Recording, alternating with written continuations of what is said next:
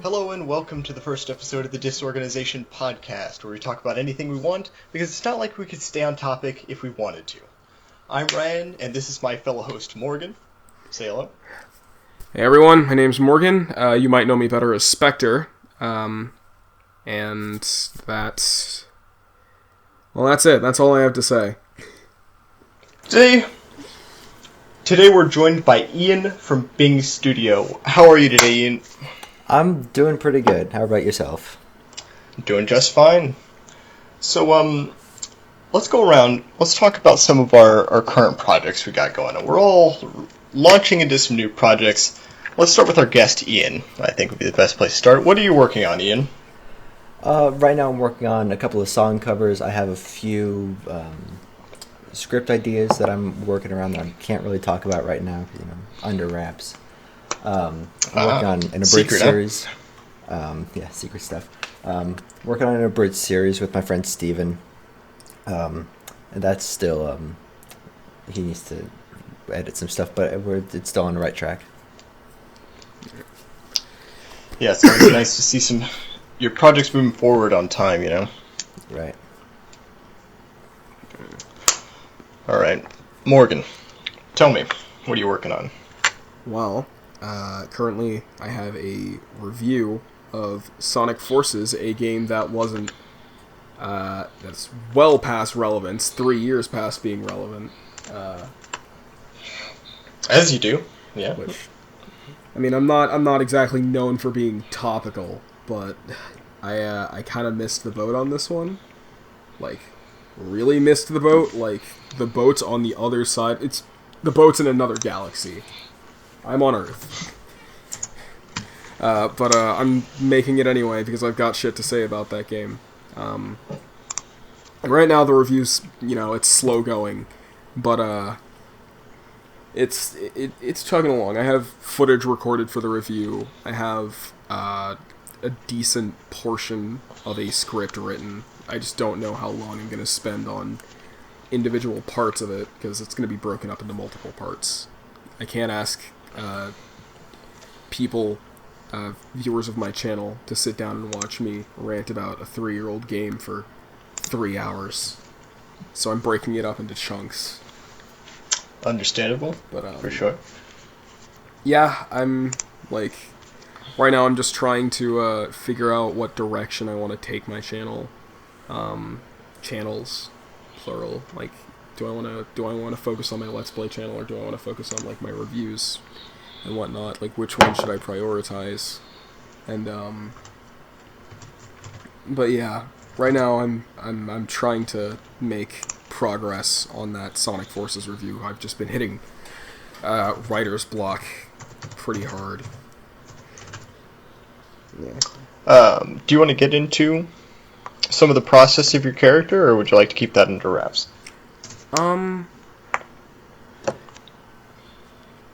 We can address that later. All right. So, Ian, tell me a bit about your channel as a whole. What do you aim for? What kind of content do you like to provide? Well, the channel is, to me at least, it's organized as a multi-genre channel. It's not specifically set to one thing, to one topic, although it may seem like that at some points. But I have this vision of treating it kind of as its own little studio, hence the name Bing Studio, where I can get some other creatives, like some of my friends, in, and we work on projects together, or just game and be complete idiots. Sounds fun, honestly. It really is a fun time. I started the channel with one of my friends, Frazier, back in 2014, I want to say. 2014, 2012-ish. And so you've been on YouTube for quite a while then. I have. I've been doing YouTube on and off for about 10 years, since January 30th, 2010, to be precise. Hell yeah. Nice. Yeah. It's been a fun little journey watching YouTube change, for better or for worse. Mostly for worse. But honestly, I'm happy with what I've accomplished so far. Nice. My audio just went maximum retard, and I'm not happy about it. What happened? Since you've broken the flow, what's going on? It's just breaking up. Oh no! It's almost like it got. It's okay. So you know those like, those music memes where they'll just like bass boost the audio until it's breaking and it sounds completely fucked. Yeah, that's what you guys sound like to me right now. So that's just what you're hearing. Yeah, basically. Okay. And it's both me and Ian that you're hearing that way. Okay. Sometimes it's both of you. Sometimes it's neither of you, and then every now and then it alternates. I see. Right. I don't know if this is a problem on my end. It could be, but I heard some echoing from Ian, and I know my audio sounds like shit on you guys' end. yeah.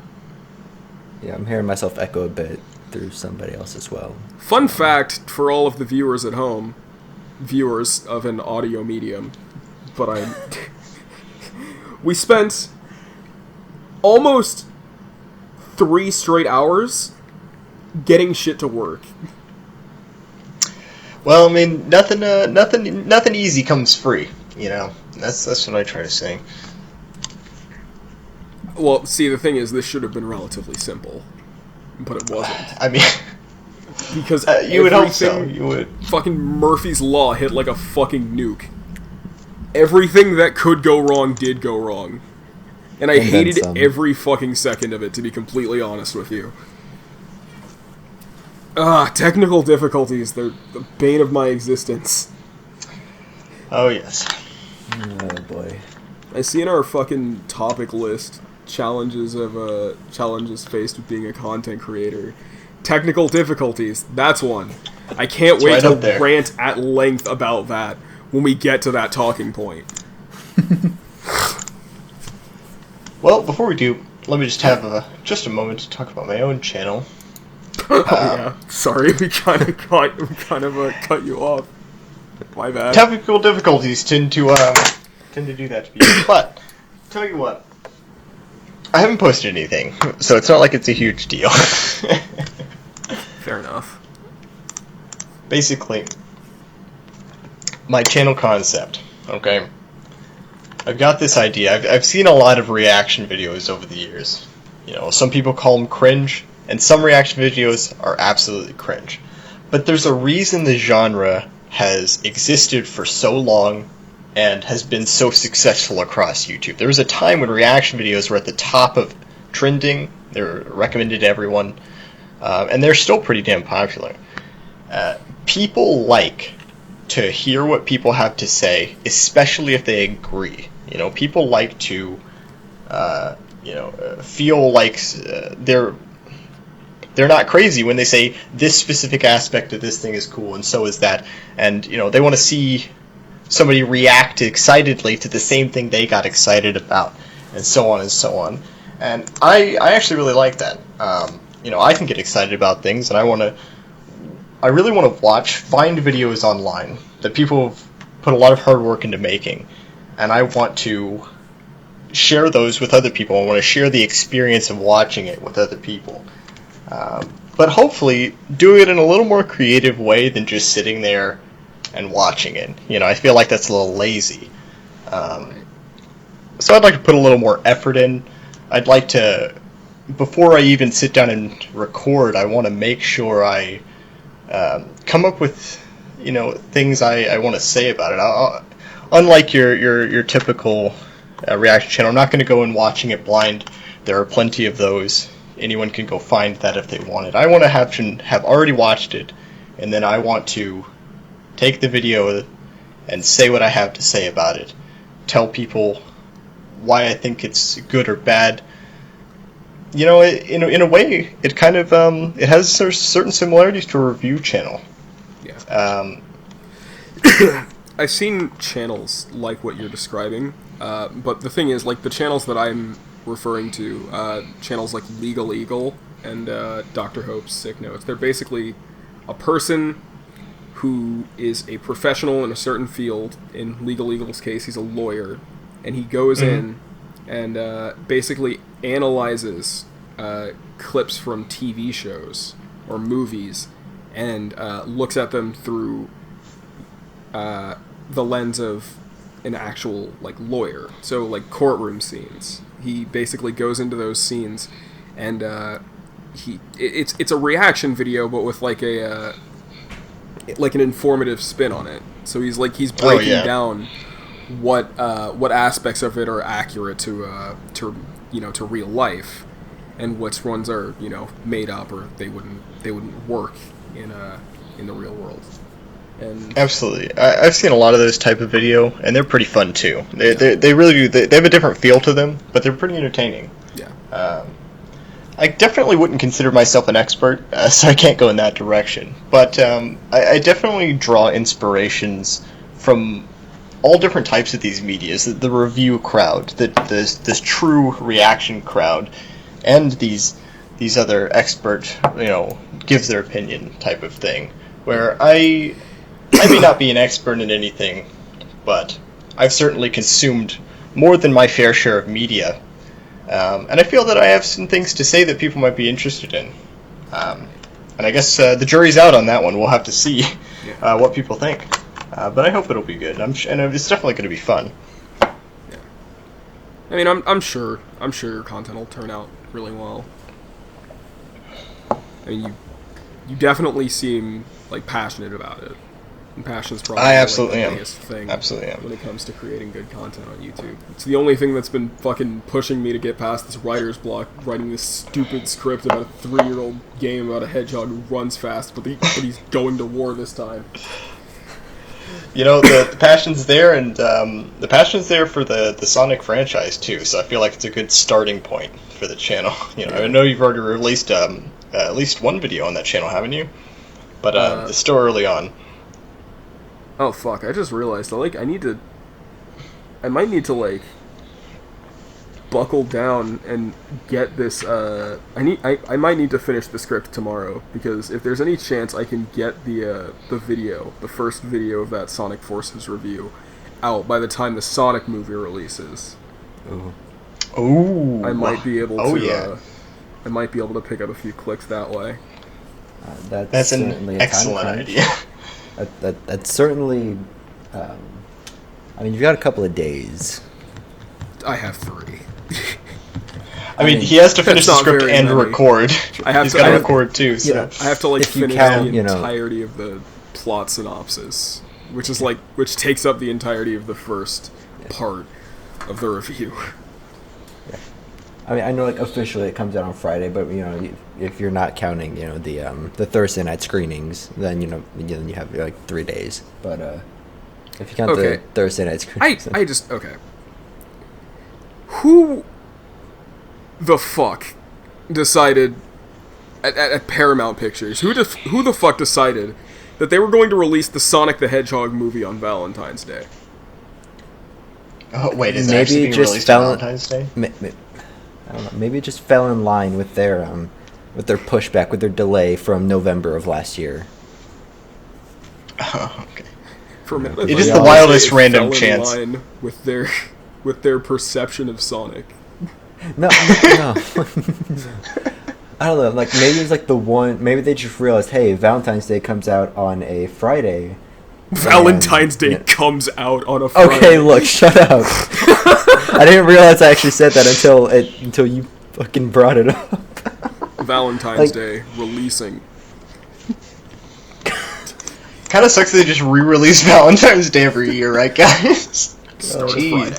I'm sick of it, honestly. Yeah. Valentine's Day number 327 is worse than Final Fantasy. God, now I can't ask my friends to go watch the Sonic movie on release day. Still think you're taking them on a date? Yeah. I love you guys. Here's the Sonic movie. That sounds like an excellent idea. The Sonic movie is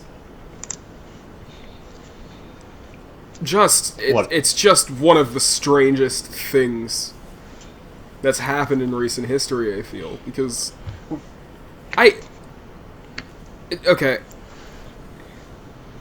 what I don't understand is how Paramount looked at Sonic and then said, "No, that's not disgusting enough. Let's make it a fucking sleep paralysis demon. Let's make it give people nightmares." What do you make of the theory that they did that on purpose? That they fucked up that trailer on purpose? I don't believe that. I don't buy that for one goddamn second, because the thing like is, they had the fixed good version in their back pocket and they were ready to switch over as soon as people complained. They just want the publicity. No. What do you think? No. It's terrible? Because no way they did that? Absolutely not. Because the thing is, it's pretty well known at this point that when it comes to when it comes to adaptations of things outside of just the general Hollywood culture, because even comic books, it took years for those to get to a place where they were actually fucking decent in movies. Right. But with video games, they've always been bad, and Hollywood's been on fucking bath salts for decades at this point. It's like the Super Mario Brothers movie, Street Fighter, Mortal Kombat. They're all terrible, and very few of them have anything in common with the source material. Yeah. Ironically, Sonic's best movie appearance was in Wreck-It Ralph. They got fucking Roger Craig Smith to voice him and everything. But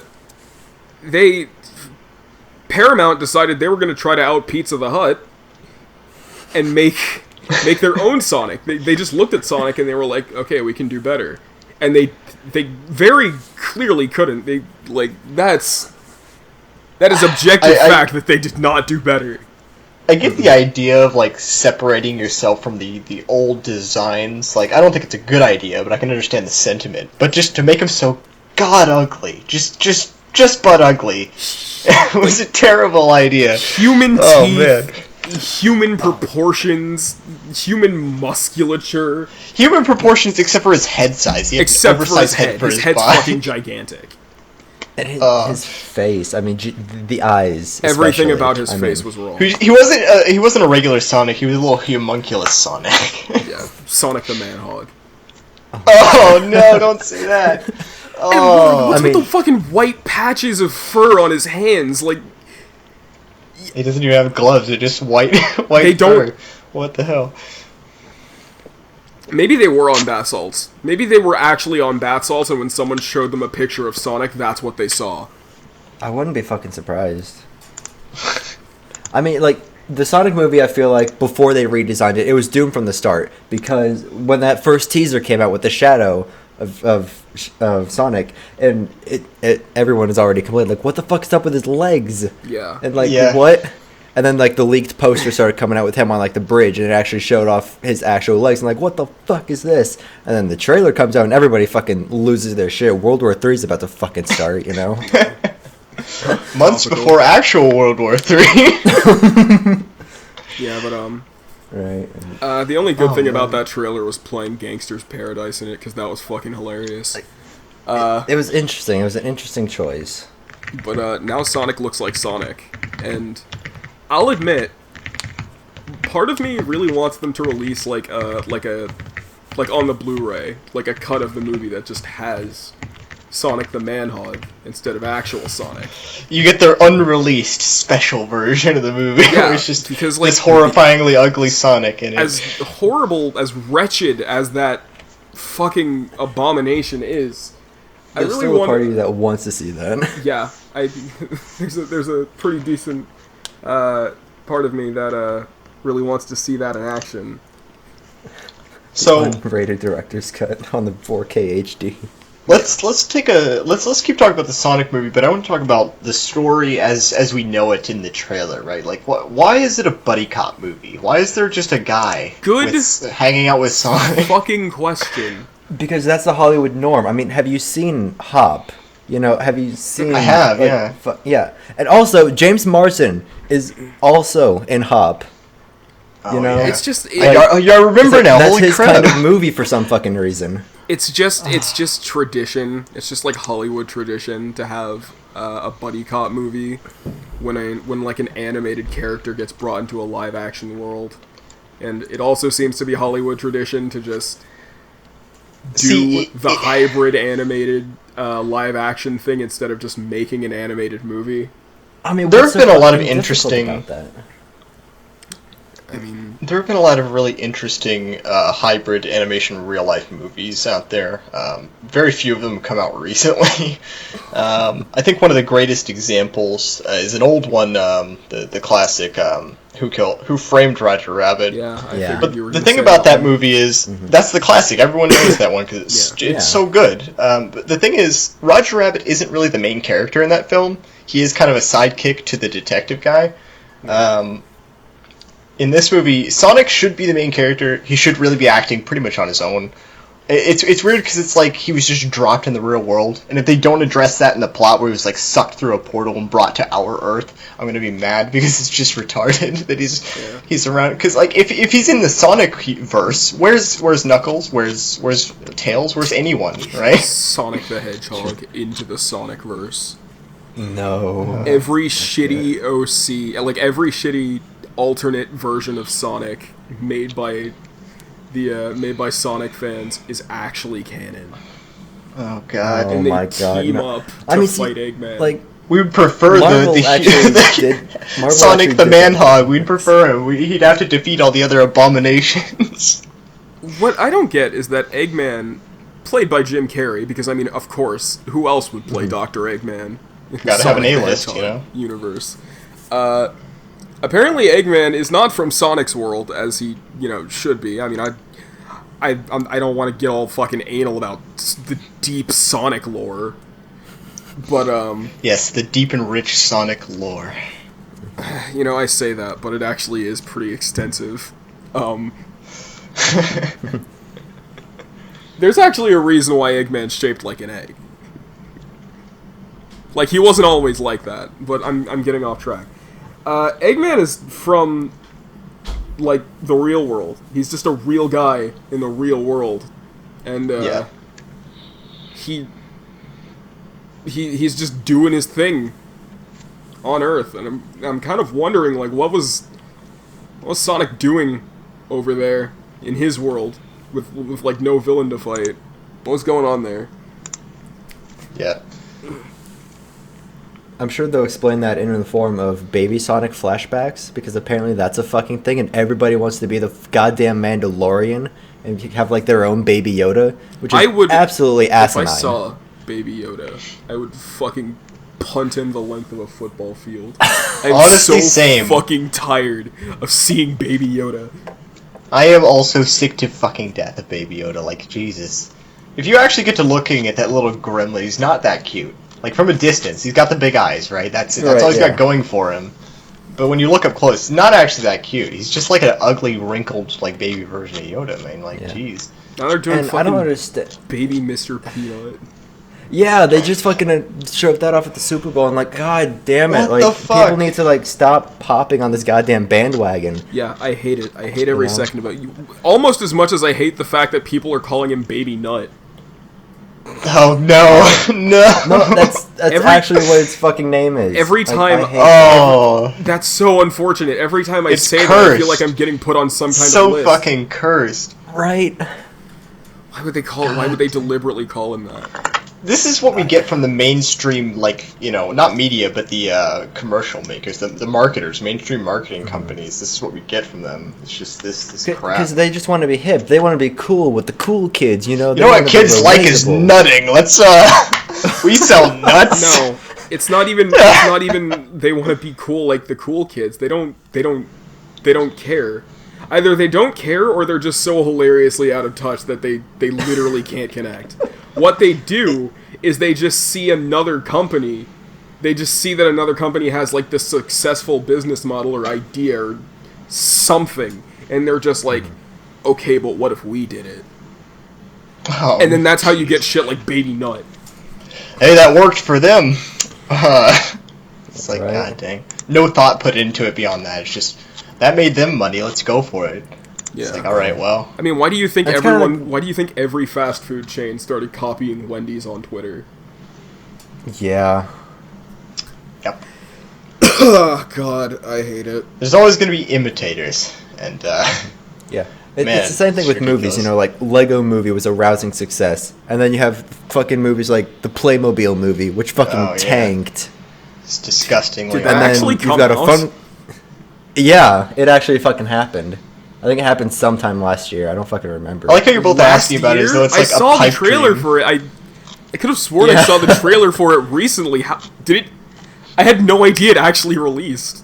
It's just like the Duplo movie. That was a real thing. I thought I dreamed that. It's like nope, really is. I mean, Duplo is also Lego, but I mean, I think that was supposed to be like the main idea for the sequel for Lego Movie 2, but I never watched it. Like I saw thought it all the was- other Lego movies. Lego Ninjago is like the shittiest one of them all, next to but Lego the show Batman. was so good. Okay, look, the show was good, but like the movie was ass, and Lego That's a Batman shame. was decent. It was mediocre, you know, fucking. And then they're apparently making a Funko Pop movie, which I'm kind of all right with, and like because I idea collect the of shit out of Funko Pops, I like them, but I don't like the idea of making a movie out of it. And then again, this is also Warner Brothers doing it, so they're gonna have like DC crossovers and fucking They whatever saw- else. I feel like Funko Pops don't have any companies saw that personality. The Emoji Movie worked. Like they saw that they actually made the concept of emojis into a movie. A fucking awful, vile, wretched mess of a movie that wasn't good by any stretch of the imagination. But No, they made they it had into a Patrick movie, Stewart playing so it shit, got- and I so hate that so much.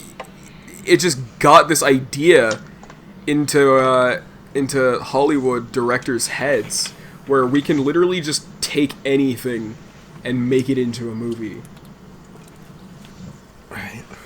You know, I'm liking all this talk about mainstream animated films because on my YouTube channel, I'd really like for independent animation to be a focal point of my channel. I don't want to exclusively watch those videos on the channel, but I'd really like to show off the skill of people because like you see a lot of shit posts in the animating community as people are practicing and sharing what they've got going on, but there's also like fully made productions with voice acting and music, and it's incredible. And I really want as many people as possible to see that and share in the experience, as opposed to this mainstream bullcrap. Just god dang, like the Trolls movie, man. The Trolls movie, the fucking Ugly Dolls movie. What do I need to even God, say about really? the Trolls movie? Who plays with trolls? Like since like the No 80s, one. who plays They're with? No one plays with Ugly. trolls. They're And actually also, why the disgusting. fuck? Why is it getting a sequel that's set to come out this It's summer? getting a sequel? Are you fucking It serious? has a Yeah. sequel. It also has a world tour. There's like a play in Broadway for or something like Oh, that. bullshit! There is. Let me look it up right now. No, I mean like, because like the sequel is called World Tour. Oh really? Oh, because Yeah. it's about music. Okay. Yeah. Yeah, that's right. Okay, but it's Yeah. I bet you. I was there's about to say, if play. there's a fucking Broadway of trolls, I'm gonna shoot myself. That sounds just that. Oh god. I mean, they already like fucked up musicals with Spider-Man. Trolls live stage show for kids in 2020. Is there a Oh boy. Spider-Man musical? Excuse me? There was at a time. There was. Oh my god. There Get was ready a for Spider-Man another Broadway show. hair-raising adventure when If it's Poppy not- Branch and their friends If it's come not to just life an on hour stage. and a half On of stage. Toby Maguire dancing outside of a department store, I'm gonna be super disappointed. Oh my! Yeah, I'd be probably be very disappointed. Then. Actually, the I- only good scene in that movie. I take that. There were good scenes in Spider-Man 3. That was just the best. out of I all haven't of seen them. Spider-Man 3 in a while. Yeah, it's been a hot minute for me too. It's just like the only Yeah. scenes I bothered remembering are like the Sandman scene where like he becomes Sandman for the first time, and that was Yeah. actually really well done. And then the Yeah. the dancing down the street doing the finger guns at people.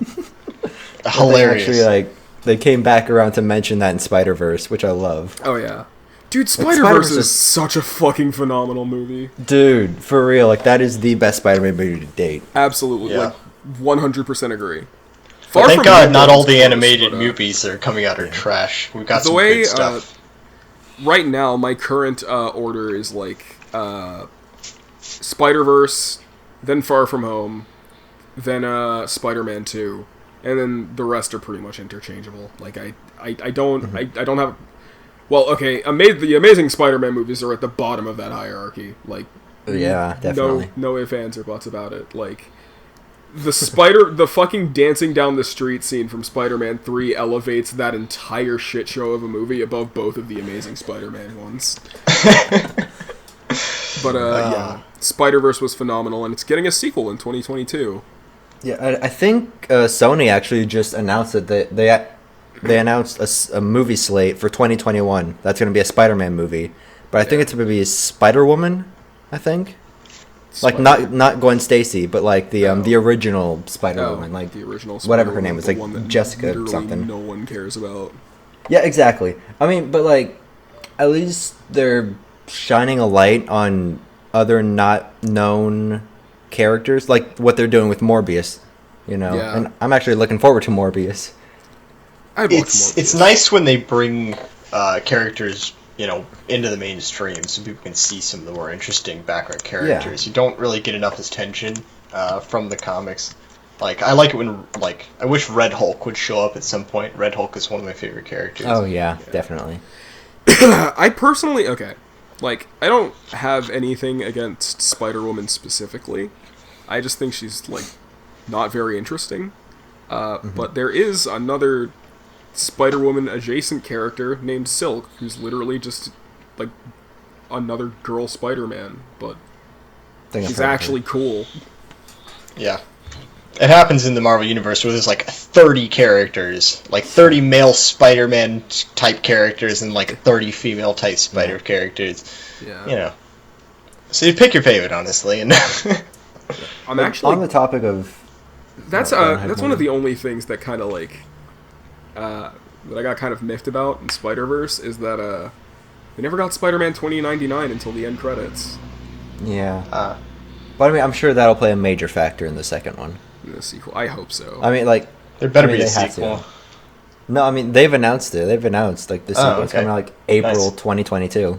Yeah. Actually, no. I think specifically April 8th because that's the day after my birthday, and I'm so fucking miffed about that. Oof, hate to see it. F in the chat, boys. Right. Yeah, but yeah, other than that, just tiny stupid nitpick. I have nothing negative to say about Spider-Verse. It's actually perfect. Right. But wow. I mean, Far From Home was a pretty good Spider-Man movie too. It was. I'm glad they brought back J.K. Simmons for what's his name? J. Jonah Jameson. Yeah. Yeah. They know better than to try to top him with another actor. Yeah, there is no topping it. I mean, he is J. Jonah Jameson. I mean, for crying out loud. Absolutely. And I'm excited to see where they take that Spider-Man. It's like replacing Hugh Jackman. I loved Mysterio, dude. Jake Gyllenhaal killed it. Like the fucking Doctor Strange shit they pulled with that nightmare sequence halfway through the movie. Oh my god, that was beautiful. Fucking amazing. Bruh. Like that was better than anything that happened in Homecoming. Like what happened in Absolutely. Homecoming, he shot a few webs, and then he pulled a boat together, and then he like stood on the ground and like stopped Vulture from flying away, and then the movie ended. Yeah. Like, they destroyed a fair, sure, and then Michael Keaton flew like Birdman or Batman or whatever. Birdman. No, that's actually a thing. Like Harvey Birdman from like the 80s or 90s or whatever. I think they actually made that into a movie with Michael Keaton and Edward Norton, I think. Why does Vulture look like a fucking Decepticon now? Because it makes more sense than just slapping, gluing some feathers on yourself onto an old man and watching him fly. That is true. Well, I mean, I think Scooby-Doo did that. Like, they had an old man, like trying to fly. Like. Yeah, that was in the early 2000s Scooby-Doo live-action film. There was a guy trying to fly with. One of the villains was trying to fly with like bird wings he had made out of like a metal frame and some like glued on feathers. Yeah. It's like, gosh, what was that movie called? I gotta find that. I can appreciate trying to make Vulture look a little more like realistic, but you turned him into fucking Starscream. Like, he doesn't need the glowing eyes on the flight mask. He doesn't need the fucking gigantic fans in the middle of the wings. Like, it's too much. But how are you gonna get the symbolism that he's a vulture? I mean, if it was supposed to be there, I don't see it. That was Scooby-Doo the movie from 2002 I was thinking of, if anybody was interested. You know who fucking directed that movie? Who? James Gunn. Yeah. The same fucker that did Guardians of the Galaxy. Nice. Actually, no, I don't think he I think he might have written 1 and 2. Scooby-Doo for 2002 was directed by Raja Gosnell. Oh, yeah. I think James Gunn must have just written it then. I'm going to type in James Gunn. James Gunn Scooby-Doo. definitely had a hand in one of the Scooby-Doo movies. Yeah, no, I remember his name being on Scooby-Doo 2, which, you know, that's probably one of my favorite ones because Seth Green's in it. And I didn't know that until later. The screenplay is by James Gunn. He I wrote brought it. up He wrote the Decepticons earlier, and now I'm just thinking of fucking Shredder from that Michael Bay Teenage Mutant Ninja Turtles movie. You know they're about to reboot that again? Are you fucking serious? They're about to reboot it again. I don't think Bay is attached to it, thank God. Yeah. But I think there is a reboot about to happen. There's this clip of Shredder in that movie, like, walking out of a doorway, and it's all foggy and shit, and you just, like, he holds up his arm, and then, like, a blade extends out of it, and then more blades extend out of that blade, and then more blades extend out of that blade. I'm like, how many blades does this guy need? That's right, oh my god, I think I remember they fucking gave him, like, blade overload. He actually he's a walking Swiss Army knife. But every tool on the knife is just a knife. It's just a collection of knives. He's just Swiss knife man. Nice. It's so dumb. And the fucking the turtles themselves look like baby Godzillas. Like, I don't even know what the fuck. I refused to watch those films because it's just the turtles look like absolute dog shit. They do. Yeah. If you're gonna watch a Ninja Turtles movie, a recent Ninja Turtles movie, then watch the fucking 2004 one. That one was good. I think I've seen that 2007? 2007. Yeah. That was the one where Raphael like, was fucking Batman, right? Yeah. And I think like that one a lot, actually. But honestly, the early 80s cartoon is pretty much the only enjoyable one that I can think of. Like, I don't know about you guys, but that's the only no, there have been Teenage Mutant really Ninja good Turtles. ones since. I know there's been a lot of stuff since then. There's like but the 2003 maybe I'm just one. Luddite. The 2003 one was super good. I really like that. Yeah, one. I grew up on the 2003 series. Yeah, the ones with like the white eyes and Shredder was like a fucking spoilers for a 17-year-old series, but Shredder was a fucking alien the whole time. Oh shit, dude! Really? Yeah, and then they had that fucking season where they like go into the future or whatever. Oh yeah. The fucking Turtles Forever. They actually pulled a fucking Sonic Generations with the Ninja Turtles. Oh yeah, that's right. I forgot about that movie. There was like this one movie where like the Turtles from the 80s cartoon meet the Turtles from the 2003 cartoon, and something the timelines are getting wiped out. And then it goes a level deeper. They meet the fucking like the original Turtles from the comics where everything was black and white and they didn't have like different colored headbands. Wow. Yeah. that movie was actually dope as fuck. I need to go back and watch that. I think they did that again with the recent series, not the current season, the current series, but the series before. The 2014 one, the CG. Yeah, one. the 2014. Yeah, the CG one. I think they did that where they combined the 80s Turtles and those Turtles. I also think that's something that happened. I remember because Rob Paulsen, legendary fucking voice actor, he voiced Raphael in the 80s series, and then he voiced Donatello in the 2014 version, I think. Yes, he does play Donnie. Yeah. I fucking love that man. You know, Rob Paulsen is a goddamn genius. Yeah, he's a really talented voice actor. I actually had the pleasure of meeting him at a convention one time. Seriously? He's so fucking awesome. Yeah, I got a fucking picture with him. Dude, nice. I've never met any famous voice actors before. I don't think I've met any famous people. Period. I've met some people. Steve Bloom, especially. Like, he's my absolute favorite. You know, Steve's an absolute fucking god. Maybe at a convention, Morgan, you met somebody famous? No. Oh. I mean, there was this one time when I went to Comic-Con, Bell County Comic-Con, and they were doing like a panel. But there was the Black Ranger from the original Mighty Morphin Power Rangers was there.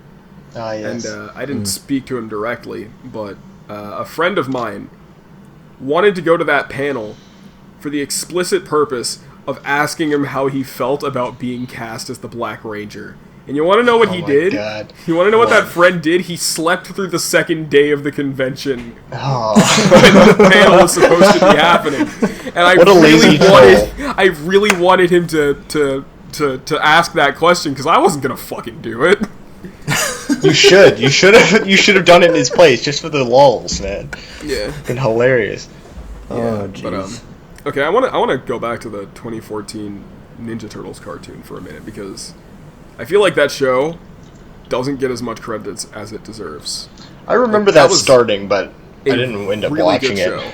Like, once you get past the CG art style, which really isn't that hard to do because after a while it's pretty easy on the eyes, and they still do like the whited out like Batman eyes whenever they're transitioning into action scenes.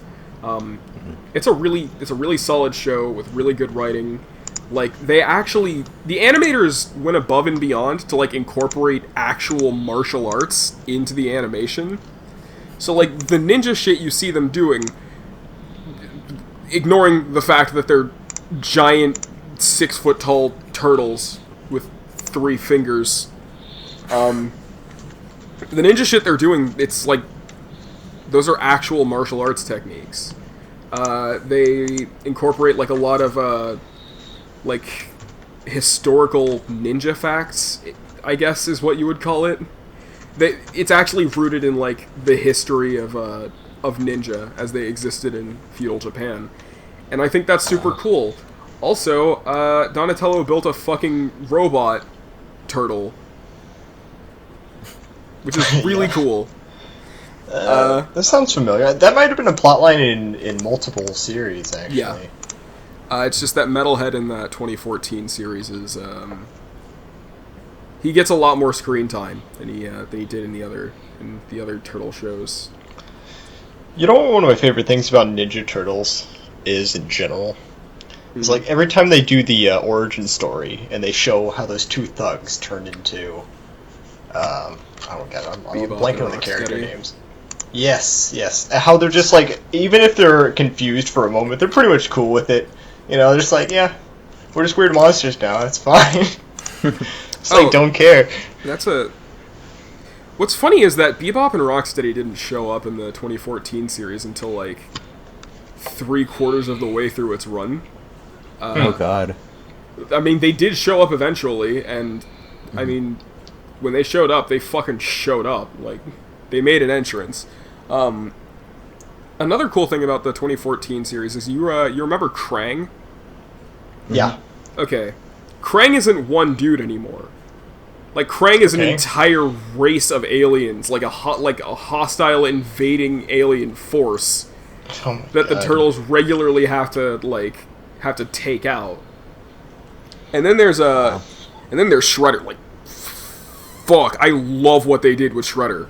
Like, Ian, you remember the 2003 series? How fucking terrifying Shredder was? Mm-hmm. He's worse here. Oh he's worse in the 2014 series, and this time he's still human. Ooh. There was this one scene where they where like Shredder went 1-on-1 with Splinter, and fuck, dude, Shredder dogged Splinter. Like, he got his shit mixed. And it was so fucking that's how brutal. it should work, though. Like, Shredder's supposed to be, like, an actually dangerous person, and, like, in most cartoons or movies that he's in, he does nothing. He does literally nothing, and he looks so menacing and doesn't do anything with it, He's like Thanos for, like, the first 3/4 of the MCU. Yeah. And in the 80s cartoon, he was a fucking dumbass. Yep. The villains in lots of 80s cartoons were just retarded. Like, if you remember Transformers back in the day, just Starscream was a literal gun, and he was just didn't make good decisions. No, Megatron Not was Starscream, Megatron. Starscream was his subordinate. Guys, I'm bad with names, I'm sorry. Starscream had to wield Megatron, who, mind you, turned into a fucking gun, like a handgun. That's so dumb. Right. At least later he got to be an artillery piece in a later series. I love how that they was pretty keep cool. changing. I love how across all of like the different Transformers series, they keep changing what Megatron turns into.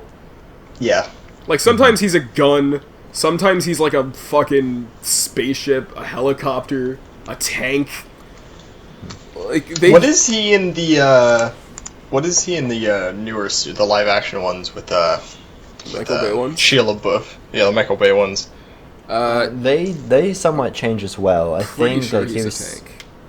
I Okay. want to say it was like a military SUV in like Transformers 4. Oh yeah, like an APC with one of those like 40mm cannons on it or something. Or something like that. Like or one of those maybe like dump trucks or whatever that has like the little flappy covering on it. Like he can like double as a hood whenever he transforms. Because I remember that specifically. I love how they've never had the guts to change what Optimus turns into, though. Like that's, Yeah, no. You can't pull the trigger on that. You can't. You cannot.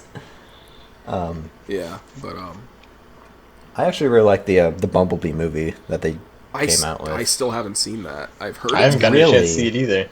Tell us about it. It's really good, honestly. Like it goes back to like Gen 1. Like they have, like, it's not Michael Bay, it's Travis Scott who's mostly did stuff for Leica. You know, they do like stop motion stuff like Coraline, Paranorman. Like this was his first live action movie. I'm sorry, Travis Scott? That doesn't sound right. yeah, believe it or not. Okay. You think you know a guy. Right? Like you go from stop motion to actual, live action. Anyways, though. They had like Gen 1 Optimus and all these other characters. Oh, that sounds really cool, actually. Nice. Yeah. My question is, do they actually look good on screen, though? Personally, I think they look really good. It's been a hot minute since I've seen it. I think I only saw it in theaters once, but yeah. But I still really enjoyed the hell out of it. It's almost better than anything Michael Bay could have shit out. All right. See, the thing it's is, not hard to beat Michael Bay. I don't have like this deep-seated hatred of all of the Transformers movies like most people. Neither do I. I they're turn not my brain awful. off, and then I watch the giant robots beat the shit out of each other, and I'm like, man, those giant robots sure are beating the shit out of each other. They awesome? leaned into that really hard in the second movie onward. The first movie was actually, I think it was a genuinely good film overall. Absolutely, it wasn't amazing. Once you get to the second film, it's like vulgar, and the fights are too fast to keep your eyes on, it's just kind of shit. And the rest of the movies in that same series are all the same. Age of Extinction, which I'm pretty sure is the one with the giant robot dinosaurs, and I'm like, I watched like half of that movie and wasn't entertained. When you can't sell me on a movie with giant robot dinosaurs in it, you fucked up. Because that's cool. Yeah. That's really fucking cool on paper. Feel you there. But this is a Michael Bay movie, so it's going to be god-awful. Yeah. Let's just get Shia LaBeouf screaming Optimus again. That's good dialogue, right? Do you want to know what's surprisingly not awful? The Teenage Mutant Ninja Turtles crossing over with Batman in an animated movie that was pretty recently released. I saw the trailers for it. I never actually saw it. It is a surprisingly solid movie. Like, I've seen, like, the action figures at GameStop, and I've seen the DVD in Walmart, but I haven't actually seen the film yet. I'm not a huge fan of how the Turtles look in that movie, but other than that, it is surprisingly good. It's pretty recent, so I don't want to give away too much of what happens in the movie. But. I want to say it was like, didn't that come out like fall last year? Batman says cowabunga. I'll leave it at that. Oh man, that's fucking awesome. They convince him to say cowabunga. and then he eats a slice of pizza, and then he grapples away. Oh my god! Wow, full bore, dude. It's amazing. That's an accomplishment. It only came out like June last year, so it's not too recent, but it's still recent. So. Yeah. All right, guys. I tell you what, you know what? I watched a whole hell of a lot more than either Transformers or Teenage Mutant Ninja Turtles. Teen Titans. All right. Yeah. Now, before we just jump straight into Teen Titans Go and the travesty that it is, can we just enjoy Teen Titans for a moment? Just yeah. Oh, I mean, man. like yeah. It's a very good show, and there should have been more of it. And there wasn't. The mystery. That's a fucking crime. The constant hunt and mystery for, I'm missing his name. The main villain. For Slade was one of my favorite things about the show. When they were constantly catching him, and then just, it wasn't him, ever. It was, like, that's such a dumb cliche, and they made it work so well in that show. Yeah. There was I remember distinctly there was one episode where, Robin got hit with, like, this nightmare gas or something. Yep. And then he just kept seeing Slade everywhere. And he was so convinced that he had actually, like, found him, but no one else was seeing him. So it was just Robin having this, like, psychological breakdown, and no one was able to figure out what was wrong with him. Yeah. That's good shit. That's a good fucking story right there. Yeah. And then they're, like, don't even get me started on How Long Is Forever. That one episode where Starfire gets sent into the future, and the Teen Titans have been, like, broken up for years. Cyborg is, like, he's confined to the Titans Tower because his body is failing, and he can't do anything anymore. Raven shut herself off in, like, this white void so she doesn't accidentally kill people. Beast Boys become, like, a circus attraction. And then Robin went on to become Nightwing. He's the only one who's got it pretty good. Somewhat successful. But he's got to feel guilty as hell that his entire team is broken down. Because that's the thing about Robin's character in that show, was he was always just like... he was always so concerned. He was like so invested. Yeah. Even more so than any of like, the other heroes, you know, on the team. There was something about Robin where he just like...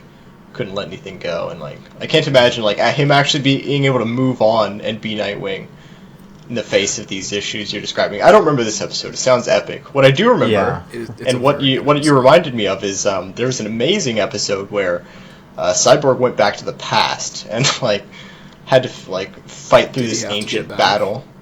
Back to the past. back from the past. I mean, that's a good series. It had some Samurai Jack vibes. Another excellent show, by the way. But yeah, it was really cool where he just like participated in this huge battle. Like he got to know these like tribal people and like participated in this big battle for good against evil, and then almost died because he ran out of power. And then they figured out how to power him up despite not having any electricity back then. And yeah, you know. God, I need to go back and watch the rest of that series because I only and then Raven like teleported him back. What's funny about Teen Titans is that when it was released on DVD, like it was released out of order. So, like, it has a very clear-cut, like, chronological narrative, but like the second season of the show was released as the first season of the show, so you're missing so much. Wow.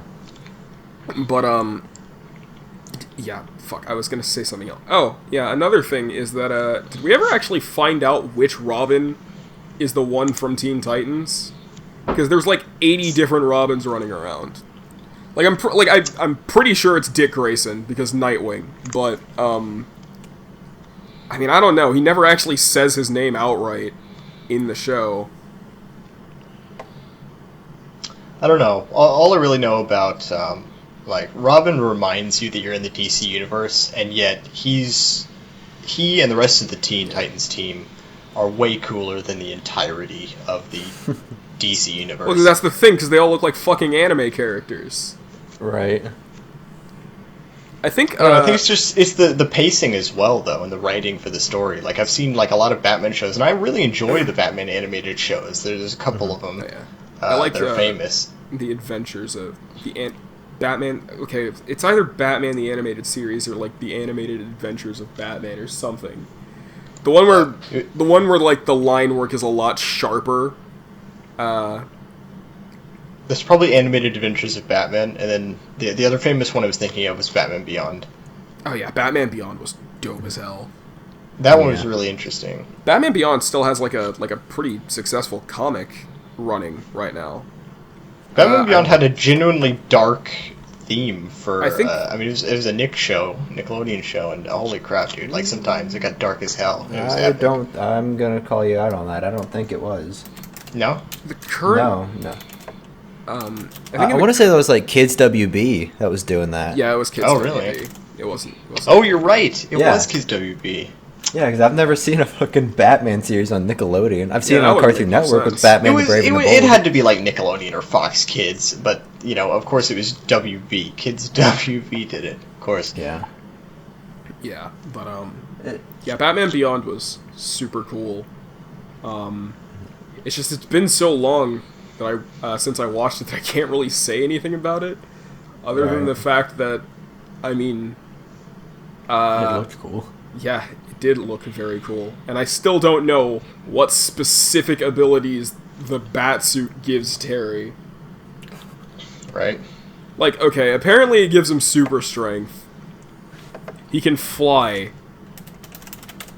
Can you walk through walls, disappear, and fly? Yes, and given that, it would stand to reason that he's much more unique than the other guys. Also, what's going on with his mouth? How does Terry's mouth work? Who knows, man? That's beyond human comprehension. The question you're asking. It's like beyond pun. It's the same thing. God. It's the same problem. It's like Spider-Man's eyes in any show that he's in. I guess the MCU did give like a technical explanation behind that, because they're like his eyes are like lenses, like telescopic lenses. Mm-hmm. But in cartoons like that, it just doesn't make sense. I think Batman Beyond gave an explanation for Terry's mouth by saying like the suit's like liquid metal or something. Which it was like so form fitting. So if it's not liquid metal, who knows what it is? Honestly. Yeah. I want to know why Terry's teeth are so white that they actually glow against the suit.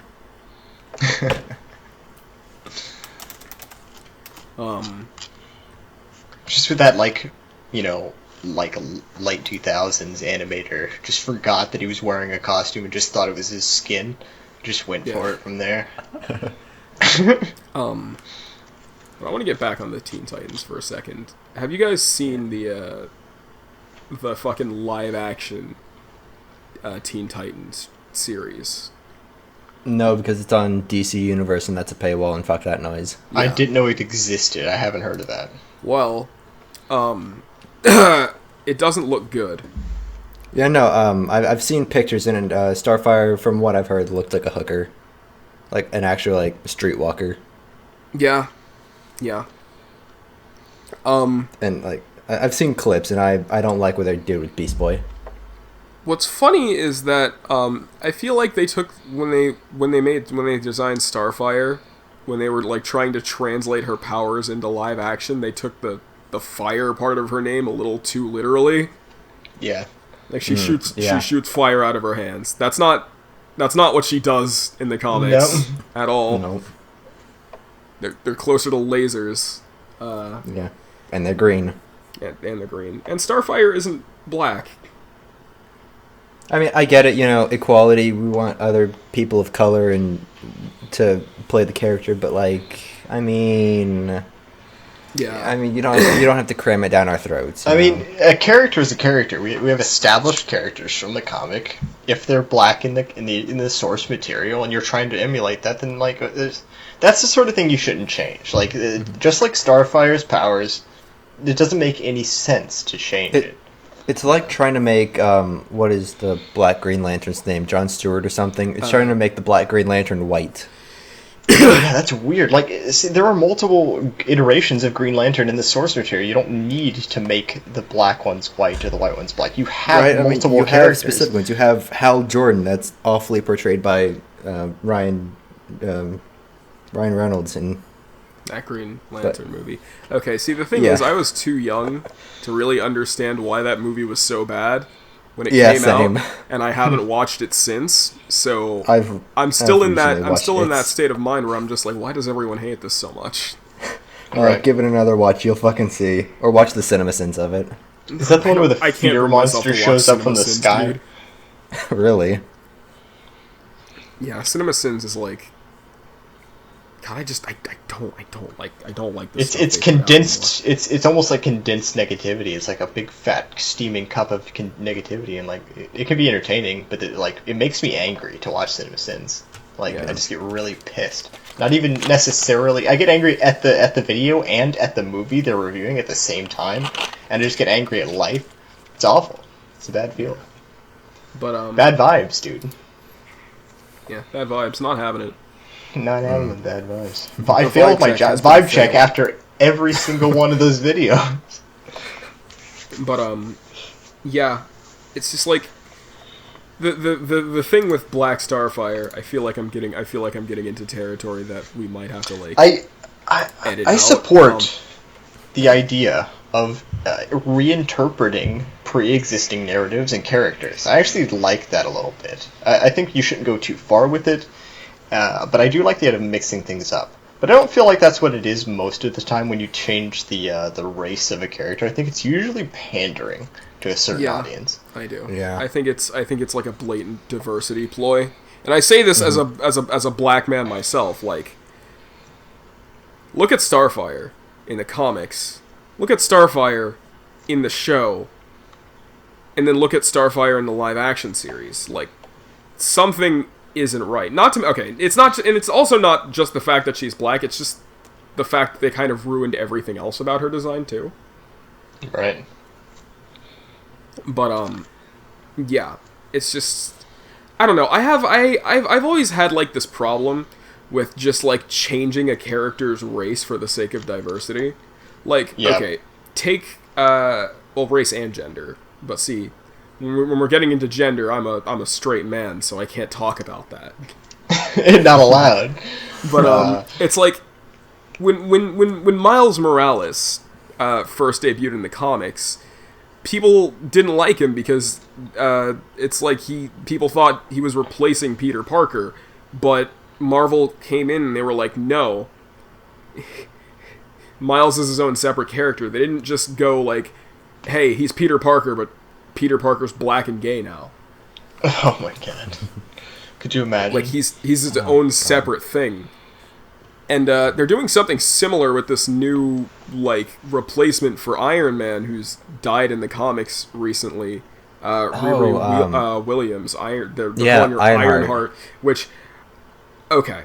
I know if they called her Iron Maiden, they probably run into some copyright issues, but that is an infinitely better name than Ironheart. Just the band from the 80s sues the shit out of them. It would be amazing. Yeah, if they named her Iron Maiden, I might actually, like, support that character. That'd be a dope as hell name. They need to do a deal with Iron Maiden and play Iron Maiden music when she shows up. Like Iron Man does when he plays AC/DC when he shows up. That'd be amazing. That would be amazing, actually. Fucking awesome. That'd be like a thematic through line that connects them in It'd almost be like literally any other way than they're both really smart. That's the thing about Riri's entire character is that she's smart, and she's so smart that she's bored.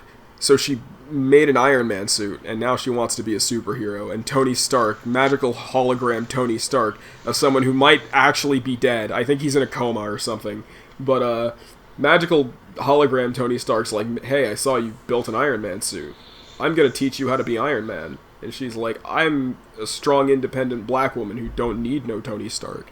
So she basically just says, fuck you. And then she goes and does her own superhero thing and whatever. And then I stopped caring, so I don't know what happens after that. Yep, that's how it tends to go. Because, okay, see, the reason people like Miles is because Miles is a character. Like, an actual character with flaws and good writing. behind the stories that he's in. Riri isn't. She has 2 character traits. She's smart and she's bored, and that's it. Here's the lesson here. If you want to invent a character or reinvent a character, all you gotta do is put some effort in. They have to have a point for being there. They've got to be a fully fleshed character, just like any of the other characters. You know, then you can. I mean, you can get some pandering, and if you really want to, I don't care for it. But if you really want to pander, there's a right way to do it, and the right way to do it is to make an actual character. You know, it's not the end of the world, but no, it's got to be this low effort crap where you just like suddenly, just go into an editing program, change the skin color of somebody, and bam, you're done. It's like, oh man. Yeah, I can't wait till Doctor Strange gets turned into a. Here's the thing. Here's counter argument. Nick Fury in the main Marvel series, best decision you could have ever made, casting him as once again a name I can't remember because I'm so fucking off. Samuel L. Jackson.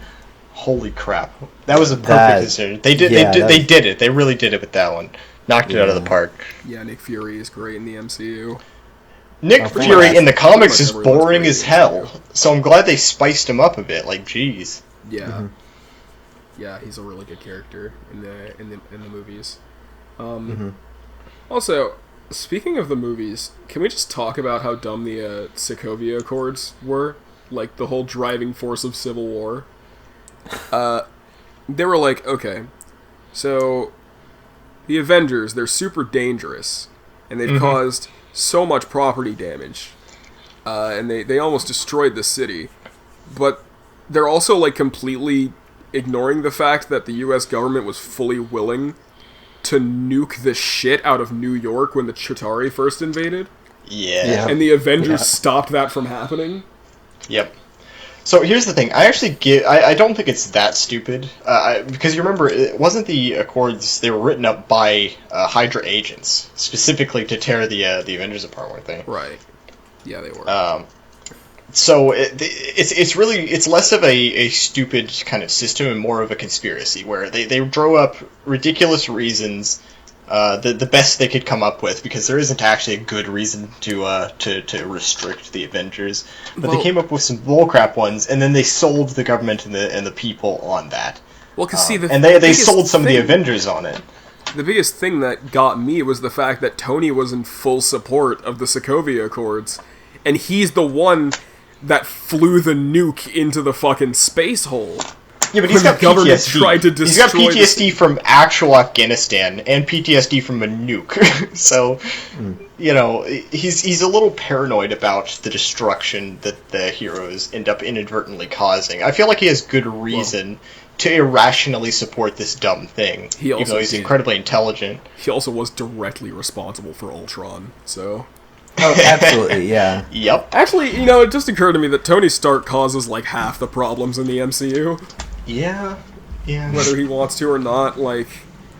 I mean, first of all, he started the MCU by being really shitty to, like, his business partner or whatever. Yeah. And then he... Jeff Bridges. Yeah, giant Jeff robot Bridges? Jeff Bridges. Yeah. We just call him Jeff Bridges. Yep. Yeah. Well, yeah, because I can't be bothered to call him Ironmonger or anything, or Obadiah Stane, that was his name, but still, like, Jeff Bridges, essentially. Are the old Hulk movies part of the official canon for the MCU series? Who fucking knows? The Edward Ross Norton one, I think. Yeah, the Edward Norton one is. Because I guess, because Thunderbolt Ross came back in a... But the Ang Lee one, I highly fucking doubt. Yeah, no, there's no way. I mean, can you fucking imagine that? When are we gonna get, like, a standalone Hulk movie again? Not until Universal fucks off with the rights. Because Universal's the main reason there hasn't been a solo Hulk movie. I see. Because they still hold the rights, and Disney's sitting here with blue balls like, hey, come on, give us the rights. Or something like that. I mean, it's not... I can't imagine that situation is any worse than what's happening with Spider-Man right now. No, I mean, like, that was a whole fucking ordeal last summer. After Far From Home hit. Disney's going to war with Sony over Spider-Man. Oh my fucking... Yeah. Actually, I think I think MatPat made a fucking He video did. or two He on did. this video. Basically, his theory was that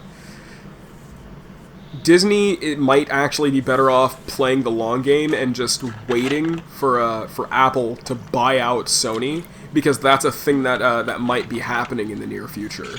And That sounds awful. Completely unaware No. about. if they No. if that does end up happening, the rights to Spider-Man would default to Disney, and and instead of paying the $10 billion for the movie rights to Spider-Man that Sony is offering, they wouldn't have to pay anything. So Wow. Yeah. Well, that theory exists now. It's out in the world. yeah, Yeah. and it's like, if you were Sony, why the fuck would you sell Spider-Man? Because if you look at Sony's like highest grossing movies, they're all Spider-Man. Like, Spider-Man's their fucking moneymaker. If you know anything about big business, you know that long-term success is never on the priority list. Like, not at the top, not in the middle. It's not even on the list ever. Yeah, that's true. It's always ultra short-term. Sometimes so short-term that they don't even succeed in getting short-term profits. They just cuck themselves. It's incredible to watch sometimes. Yeah. But I would warn you two guys, because I have some pretty strong feelings about this. That I fear the Disney monopoly on entertainment, because it feels like it's inevitable at this point. Yeah, I mean, they just, Oh, yeah. they got Fox, and they've already turned it into 20th Century Studios, Yeah, I mean, They're already they own rebranding 20% it. of film now, and that's actually kind of terrifying. Oh, yeah, it's because, like, if they own everything, then Didn't that's they, like- going to be... Didn't they annex the southern half of California to build to make a highway that was more accessible to Disneyland or something? Oh, God, I don't know. I don't think I've I never heard heard of about that. If you could find info about that, I'd love to hear Yeah, about it. I'll look it 'Cause, up after the podcast. All right. Because now they've got Star Wars, Marvel, National Geographic, fucking ESPN, Fox. The fuck And you else want do to they know what's have? still amazing to me? Pokemon is still bigger than them. Bizarre. Pokemon could buy Disney if they wanted. Wow. But then Nintendo is weird and shrewd, where they're but simultaneously screwing themselves over, and also they're really reserved. Yeah. So But it's how they survive for so long, constantly tripping themselves, but tripping themselves at a really slow pace. It's like if you're walking at super slowly. I'm sorry, is this a bad topic? I don't want to get into fucking Pokemon, because it's going to just devolve into me monopolizing the conversation and ranting about Pokemon I Sword get and you. Shield. Yeah. But I just okay, real quick. I want to go back to Age of Ultron, because we were talking about MCU stuff earlier, and I wasn't quite done with that topic. Why do people dislike that movie? What, Age of Ultron? Yeah, I don't know. people say it's the worst. It's the worst Avengers movie. Not even comparatively worse. They just say it's a bad movie, and I'm like, Maybe because they're trying to set up so much in it, because they're trying to set up Black Panther, the Maximoff twins. Black Panther wasn't in Age of Ultron. No, but they were setting up Wakanda. They set up Wakanda in that movie, yeah. Oh, they did? Oh. Yes. Yeah. I don't remember that. The Wakanda government, Yeah, Andy didn't their Serkis. building explode in that movie, or was that actually in the Wakanda film? Is that actually in Black Panther? I think that building exploded in Age of Ultron. Yeah, that's the thing. It was a huge terrorist attack that's kind of kicked off the action in Age of Ultron, and also perfectly set up Black Panther. So, but yeah, if you have a movie No. You're thinking Civil War, because Bucky was being framed for blowing up the building that held oh my gosh, Wakandan you're right. prince. Holy crap! See, this is the problem. Why there's so many movies now. Yeah, I mean it's been 11 years, so I've probably seen some of these. Many of these movies I've seen one time when they came out. I just okay. Ultron is probably my favorite Marvel villain, And I do feel like he didn't really get he really didn't get to shine as much as I'd hope. Certainly not, no. But here's the thing, they technically brought him back. Did they? Technically, in have you heard of the Void? No, I haven't. It's like this place where it's like VR stuff, right? Mm-mm. It's starting to become really popular over the past couple of years. Major companies have started investing in it. Marvel recently, with their own Marvel attraction. Star Wars has one as well, which is really awesome. But I never tried their Marvel one, but they brought back Ultron for that, and that also has other MCU characters in it. Like, Benedict Cumberbatch is Doctor Strange, Tom Holland is Spider-Man. I think basically like the whole premise of that event is basically that Shuri made Wakandan Iron Man armor. Whoa. And she needed like test subjects or something. And then Ultron somehow comes back as this collage of everything that's happened in the 10 years of Marvel. Like being made of part helicarrier or cannon or what the fuck ever. Right. I think that was like the main gist of it. So they did bring back Ultron. I have yet to actually try that. I want Ultron to come back in like the actual MCU because Ultron could have been such a bigger threat.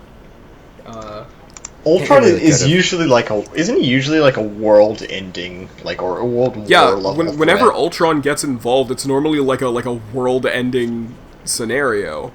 Like he takes over every little bit of technology that he can worm his way into. Yeah, he definitely was not that powerful in the movie. Yeah, he was super underpowered. It's kind of funny that it's called Age of Ultron when he's really just doesn't control as much. He controls an army of robots, but not really any territory. He doesn't subjugate. I don't know. I'm probably in the actual forgetting a lot Age of Ultron comic that I'm assuming that was somewhat based on, Ultron subjugated an entire planet. Mm-hmm. So, yeah. Whatever, I guess. The Hulkbuster was pretty fucking dope, though. Yeah. Yeah, for real. Like, I distinctly remember that being the only reason I went to go see that movie. Like, I wasn't even, like, a huge fan of Ultron at that time. I was just like, holy shit, the Hulkbuster. Sold. Here, take my money. Yeah.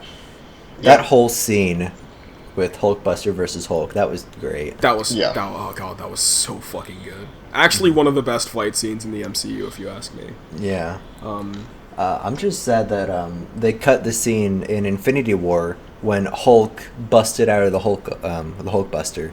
Because they had, like, a Funko Pop of it, and they had, like, concept art. Yeah. Of it. They made several. It wasn't just Funko Pops. They made like a bunch of fucking action figures. No, I remember. I saw like the toys for it as well. Yeah, it's like, and it's like, holy shit. Why would you cut that? That sounds so cool. Right? I guess because like it got out, like the information of it got out like before the movie set to come out. I was like, oh well, fuck it, we'll just cut it, I guess. Yeah. And like supposedly Smart Hulk was supposed to be in Infinity War as well. Really? I actually and like a deleted scene. Like Professor Hulk, I loved him in Endgame. Yeah. I've never liked Professor Hulk in the comics or in the movies. Like I actually like the tortured Bruce Banner character. It's one of my favorites. Yeah. I think with the Infinity Saga Blu-ray, or not the Blu-ray, the Saga box set. It has all these fucking deleted scenes and whatever from like from every MCU movie. And then they had actually filmed like Smart Hulk at the end of the Wakandan battle or whatever in Infinity War. Yeah. Like meeting up with Black Widow or something. Right. So that it would actually like tie in, it would actually show like how Bruce and the Hulk reconciled. And instead of us just going straight into Endgame seeing Smart Hulk. Yeah. That would have been cool. I would have liked some actual clarification on that. Yeah. Man. I know I can't come up with a good segue for this, so I just want to talk about Doctor Strange and why that movie was kind of meh. Because, like, okay, in the comics, Doctor Strange is like... Doctor Strange gets up to some crazy shit in the comics, like, just like any kind of reality-bending magic fuckery you can think of, he can do it. and all he does in his solo movie is just like, I'm gonna make a shield made of fire, and I'm gonna make a whip made of fire, and then that's it. But the martial arts influences, though, man, bruh, it's so interesting. In Infinity War, though, he actually starts capitalizing on that, like, Sorcerer Supreme bullshit. Like, he was holding back in the first movie. Like, that scene where he was fighting Thanos, actually one of the coolest scenes in the movie. More of that. I want... If Doctor Strange isn't pulling shit like that, the whole way through the sequel to his solo movie, I'm gonna be pretty fucking chuffed, honestly. Isn't fucking Sam Raimi directing that movie? I remember you. Told me something about they just announced that Sam Raimi was gonna do it since Scott Derrickson dropped out over creative differences. Oh, that's gonna be pretty fucking cool. What's interesting is that the Disney Plus WandaVision series is set to tie in to Doctor Strange and the Multiverse of Madness. Really? Which will be interesting. Yeah, because Scarlet Witch is supposed to play a massive role in the Doctor Strange sequel. I mean, it would make sense if they actually plan on giving her like the reality fuckery that she's supposed to have in the comics. I think they're going to delve into that in the WandaVision series, because from the Super Bowl ad that we got, it seems like that we're going to be seeing some of that.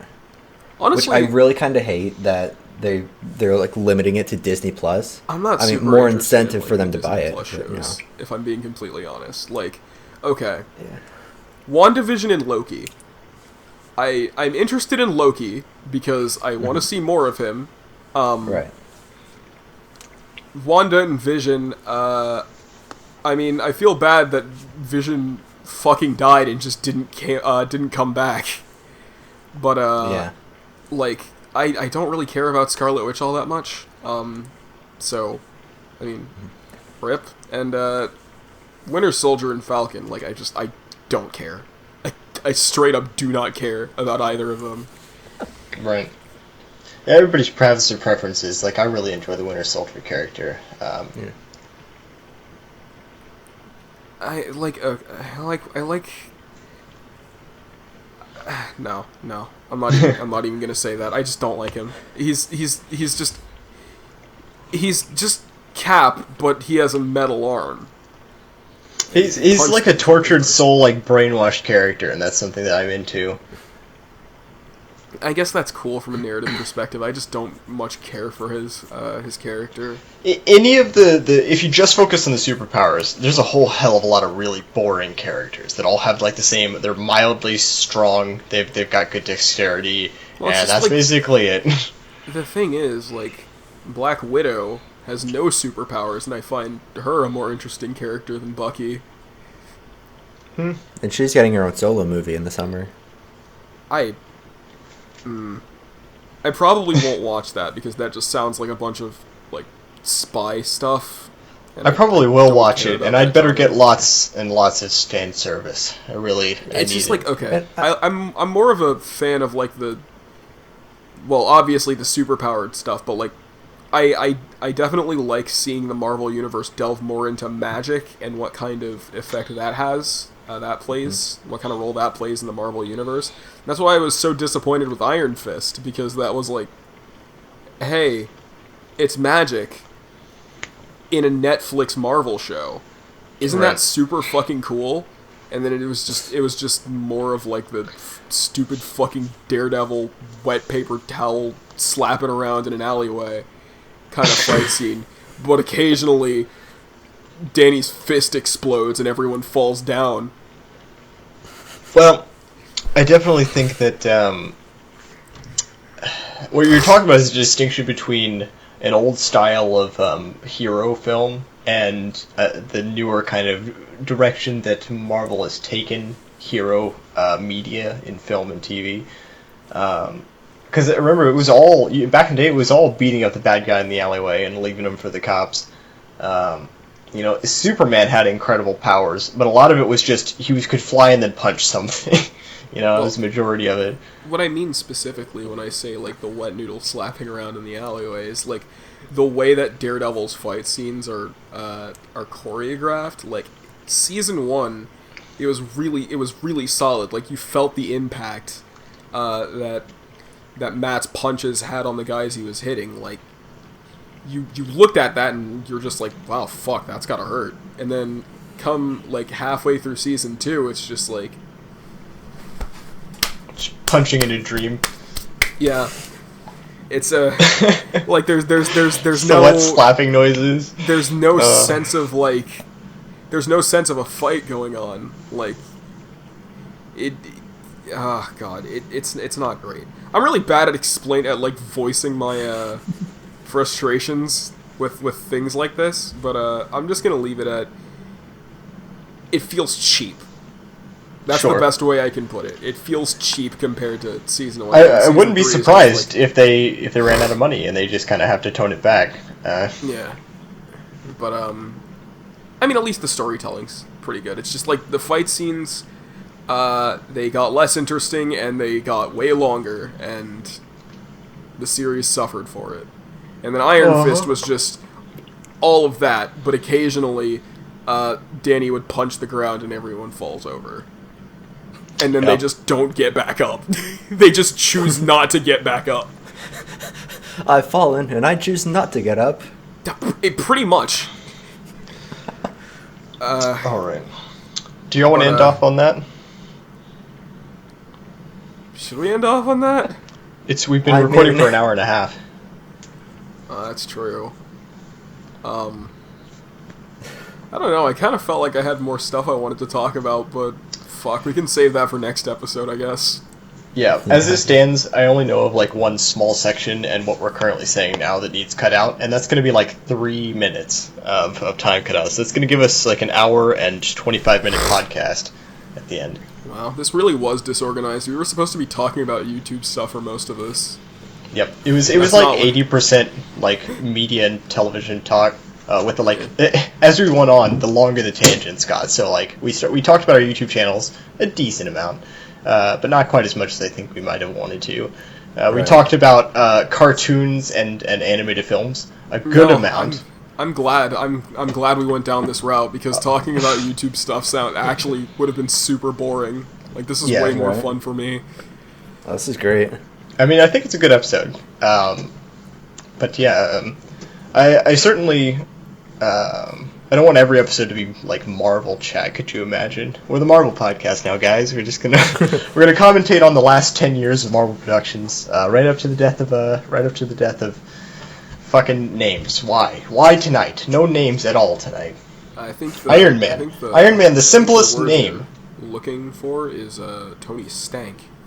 Dr. Stank. Hell yeah.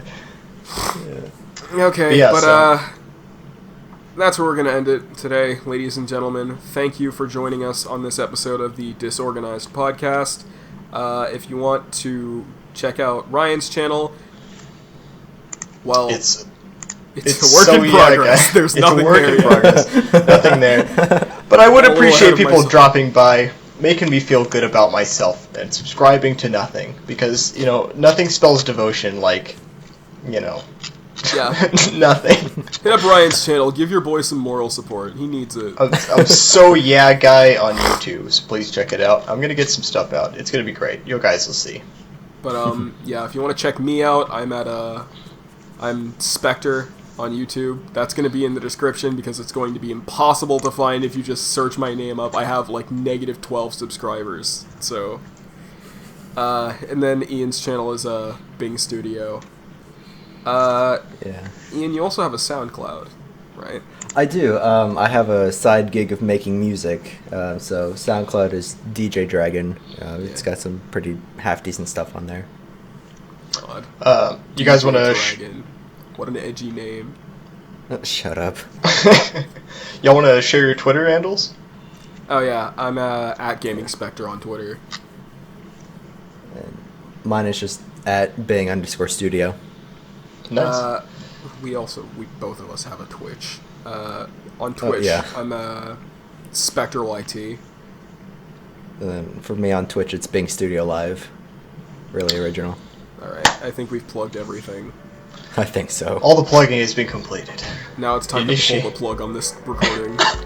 Damn, perfect. All right.